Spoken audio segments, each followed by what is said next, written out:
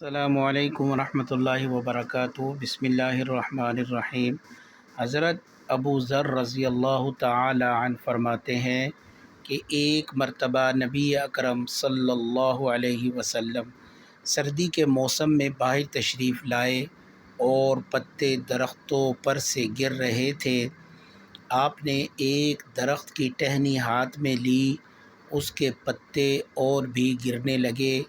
آپ نے فرمایا، اے ابو ذر، مسلمان بندہ جب اخلاص سے اللہ کے لیے نماز پڑھتا ہے تو اس سے اس کے گناہ ایسے ہی گرتے ہیں جیسے یہ پتے درخت سے گر رہے ہیں۔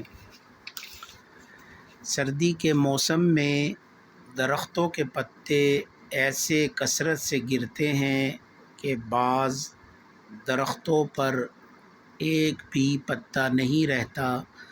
نبی پاک صلی اللہ علیہ وسلم کا ارشاد پاک ہے کہ اخلاص سے نماز پڑھنے کا اثر بھی یہی ہے کہ اس کے سارے گناہ معاف ہو جاتے ہیں، ایک بھی نہیں رہتا۔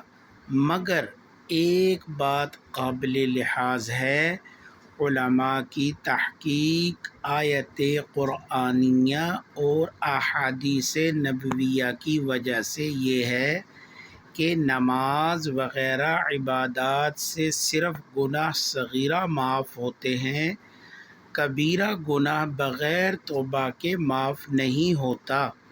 اس لیے نماز کے ساتھ توبہ و استغفار کا اہتمام بھی کرنا چاہیے، اس سے غافل نہ ہونا چاہیے۔ البتہ حق تعالی شانہ اپنے فضل سے کسی کے گناہ کبیرہ بھی معاف فرما دیں تو دوسری بات ہے۔